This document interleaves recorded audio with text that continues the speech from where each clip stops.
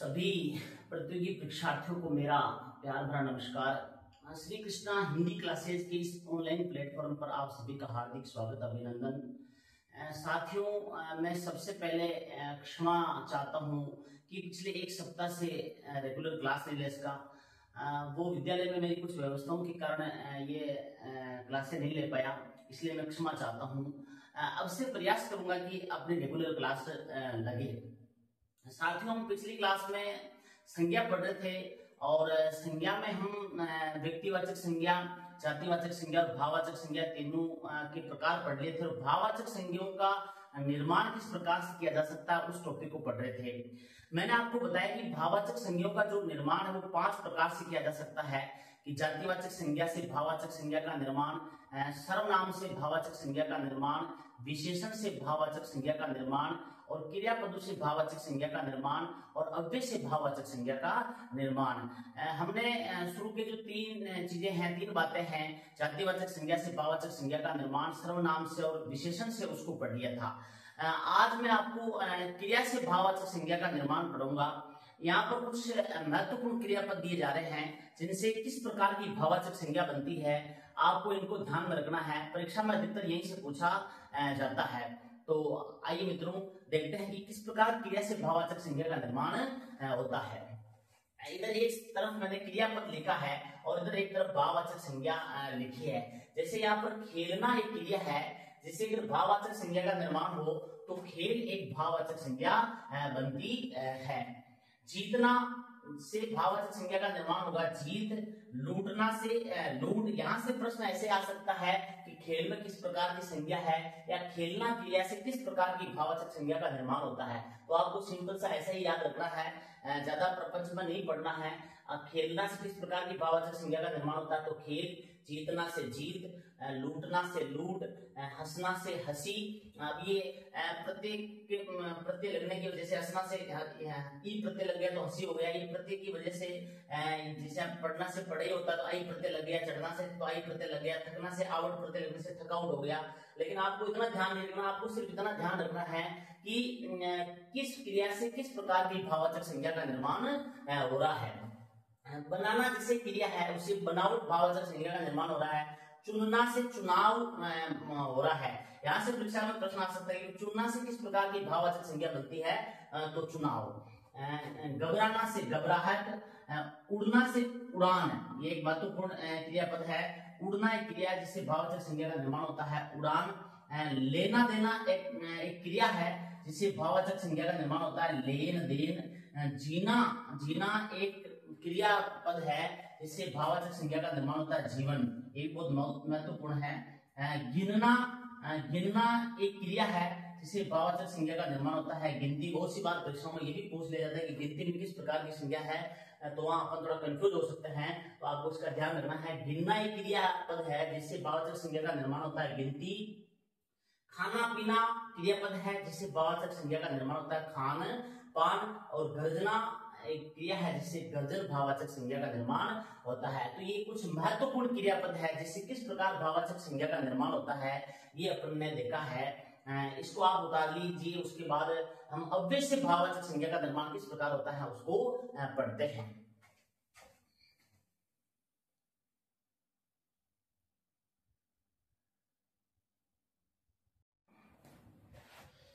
उसे उतार लिया होगा आपने। अगला जो है अव्यय से भाववाचक संज्ञा का निर्माण। यहाँ पर कुछ महत्वपूर्ण अव्यय पद दिए गए हैं जिनसे किस प्रकार भाववाचक संज्ञा का निर्माण हो रहा है। साथियों, हम अव्यय को डिटेल से आगे पढ़ेंगे। अभी आपको ये जान लेना आवश्यक है कि अव्यय कहते किसे हैं। तो व्याकरण में कुछ पद ऐसे होते हैं जिन पर लिंग, वचन, कारक, काल किसी का कोई प्रभाव नहीं पड़ता है, उनकी स्थिति जैसी है वैसी की वैसी रहती है, उन्हें अव्यय कहते हैं। तो अव्यय से किस प्रकार भाववाचक संज्ञा का निर्माण होता है, यहाँ पर महत्वपूर्ण अव्यय पद दिए गए हैं और उनसे भाववाचक संज्ञा का निर्माण किया गया है। जैसे यहाँ पर भीतर एक अव्यय है जिससे भीतरी भाववाचक संज्ञा का निर्माण होता है। ऊपर अव्यय जिससे ऊपरी, दूर दूरी, समीप, सामीप्य। समीप एक अव्यय है जिससे सामीप्य भाववाचक संज्ञा का निर्माण होता है। इससे समीपता भी भाववाचक संज्ञा का निर्माण हो सकता है। अगर समीप के अपन ये प्रत्यय लगा देते हैं तो सामीप्य बनता है, और ता प्रत्यय लगा देते हैं तो समीपता बनता है। अब ये प्रत्यय के प्रभाव की वजह से समीप के अगर ये प्रत्यय लगाएंगे तो प्रत्यय के प्रभाव की वजह से सामीप्य हुआ। वो अपन प्रत्यय के नियमों में पढ़ेंगे कि ये क्यों हुआ। यहाँ पर आपको सिर्फ इतना ही ध्यान रखना है कि समीप्य से सामीप्य भाववाचक संज्ञा बनती है, परस्पर से पारस्परिक भाववाचक संज्ञा बनती है, व्यवहार से व्यावहारिक भाववाचक संज्ञा बनती है, निकट से निकटता भाववाचक संज्ञा बनती है, दिक से, ये भी इंपॉर्टेंट है, दिक एक अव्यय शब्द है जिससे धिक्कार भाववाचक संज्ञा बनती है, तेज से तेजी भाववाचक संज्ञा बनती है, नीचे से नीचे एक अव्यय पद है जिससे नीचाई भाववाचक संज्ञा बनती है, वहा वहा ये भी अव्यय शब्द है जिससे वहा वही भाववाचक संज्ञा बनती है। वहा वही भाववाचक संज्ञा है, जबकि वहा वहा एक अव्यय शब्द है। हा हा एक अव्यय शब्द है जिससे हाहाकार भाववाचक संज्ञा बनती है, और बहुल एक अव्यय पद है जिससे बहुलता या बहुल्य भाववाचक संज्ञा का निर्माण होता है। इस प्रकार 5 प्रकार से भाववाचक संज्ञा का निर्माण होता है जो हमने पढ़ लिया है। अब हम संज्ञा से संबंधित कुछ महत्वपूर्ण प्रश्नों का दोहरान करेंगे ताकि आपकी परीक्षा में किसी भी प्रकार की कोई समस्या नहीं आए। आप इसको उतार लीजिएगा, फिर अपन प्रश्नों को दोहरान करते हैं।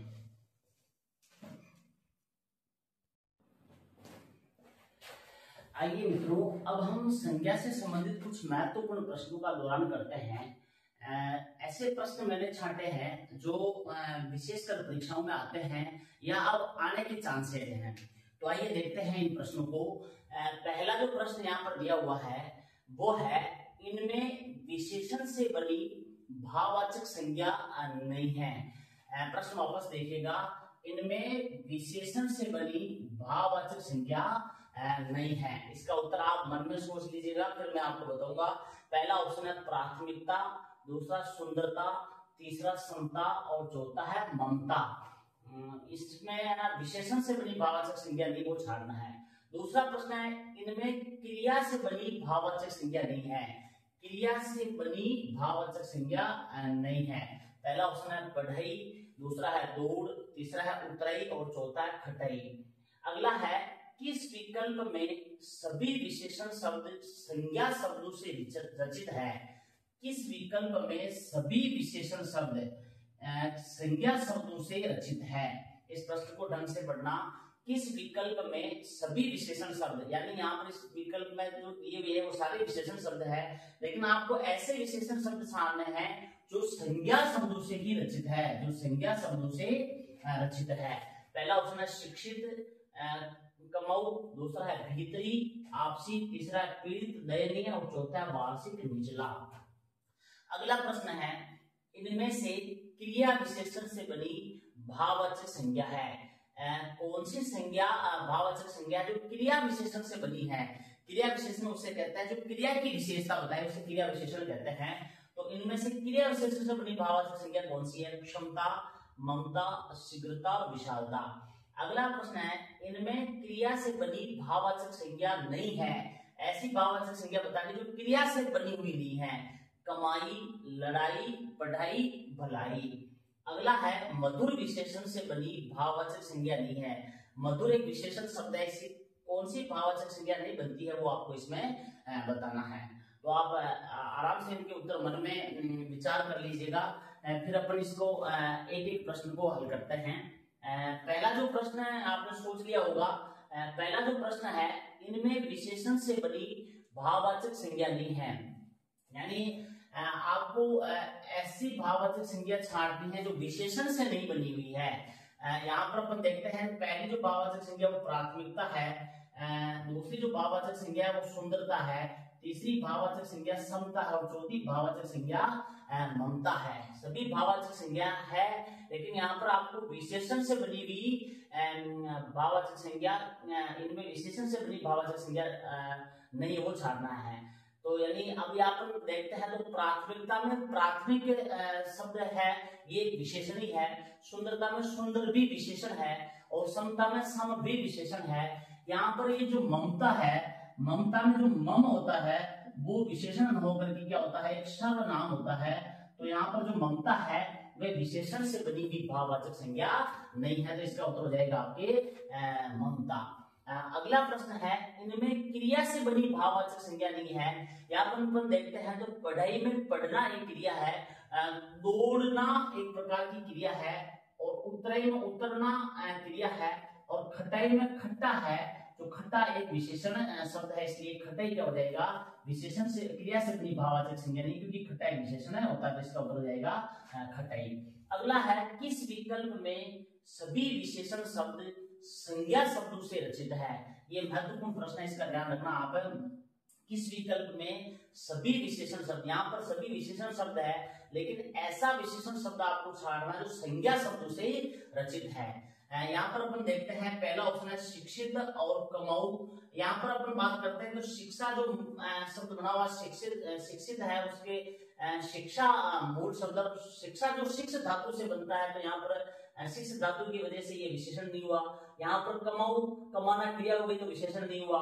भीतरी, भीतर से बना है, भीतर के अगर ई प्रत्यय लगा देते हैं तो भीतरी शब्द बनता है, और भीतर एक अव्यय है न कि विशेषण है। आपसी में आप एक सर्वनाम है न कि विशेषण है। और पीड़ित में पीड़ा मूल शब्द है, और दयनीय में दया मूल शब्द है। पीड़ा और दया दोनों ही संज्ञा है, तो यहाँ पर इसका उत्तर हो जाएगा ये पीड़ा और दया। वार्षिक और निचला में भी निचला जो नीचे एक अव्यय शब्द है उसे बना है, तो इसका उत्तर हो जाएगा पीड़ा, पीड़ित और दयनीय, क्योंकि पीड़ा और दया दोनों ही भाववाचक संज्ञाएं हैं, तो इसका उत्तर हो जाएगा आपके पीड़ित और दयनीय। इनमें से क्रिया विशेषण से बनी भाववाचक संज्ञा है कौन सी भाववाचक संज्ञा जो क्रिया की विशेषता क्रिया विशेषण से बनी है। क्रिया विशेषण कहता है जो क्रिया की विशेषता बताए, तो क्षमता, ममता, शीघ्रता और विशालता। इनमें क्रिया की विशेषता सिर्फ और सिर्फ ये शीघ्र शब्द बता सकता है, तो ये शीघ्रता क्या हो जाएगा आपके इसमें क्रिया विशेषण से बनी भाववाचक संज्ञा है। अगला प्रश्न है, इनमें क्रिया से बनी भाववाचक संज्ञा नहीं है। इसमें बताना आपको क्रिया से बनी भाववाचक संज्ञा नहीं है। कमाई में कमाना क्रिया है, लड़ाई में लड़ना क्रिया है, पढ़ाई में पढ़ना क्रिया है, और भलाई में भला एक विशेषण शब्द है, तो भलाई इसका भाववाचक संज्ञा हो जाएगी, जो क्रिया से नहीं बनी हुई है। अगला है, मधुर विशेषण से बनी भाववाचक संज्ञा नहीं है। मधुर विशेषण से बनी भाववाचक संज्ञा नहीं है। पहला इसमें माधुर्य है, दूसरा इसमें मधुरिमा है, तीसरा इसमें मधुरतम है, और इसमें चौथा है मधुरता। तो माधुरी भी एक भाववाचक संज्ञा है, मधुरिमा भी एक भाववाचक संज्ञा है, और मधुरतम है ये भाववाचक संज्ञा नहीं है, तो इसका उत्तर हो जाएगा मधुरतम, क्योंकि मधुरतम जो है वो विशेषणी है, और विशेषण की उत्तम अवस्था है।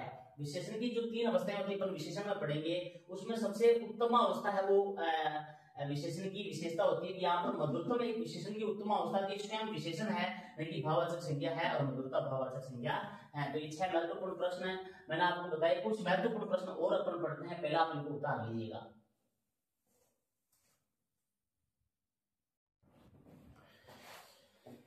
अगला प्रश्न है, कौन सा शब्द जातिवाचक संज्ञा है। इसमें आपको बताना है कि कौन सा शब्द है जो जातिवाचक संज्ञा है। धुलाई, कढ़ाई, चतुराई और भरपाई ऑप्शन है।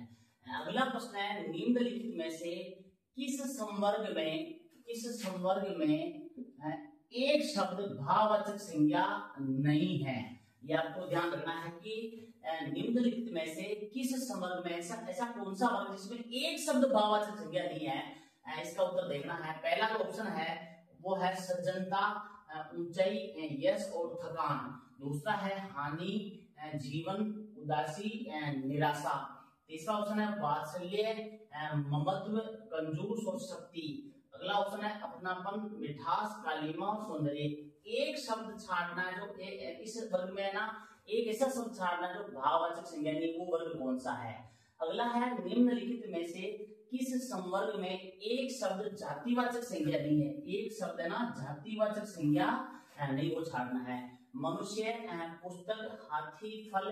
दूसरा ऑप्शन है नदी, देश, पर्वत, फूल। और अगला ऑप्शन है गुलाब, संगमरमर, हवा और मैदान। और अगला ऑप्शन है मिट्टी, कुर्सी, प्यास और अमरूद।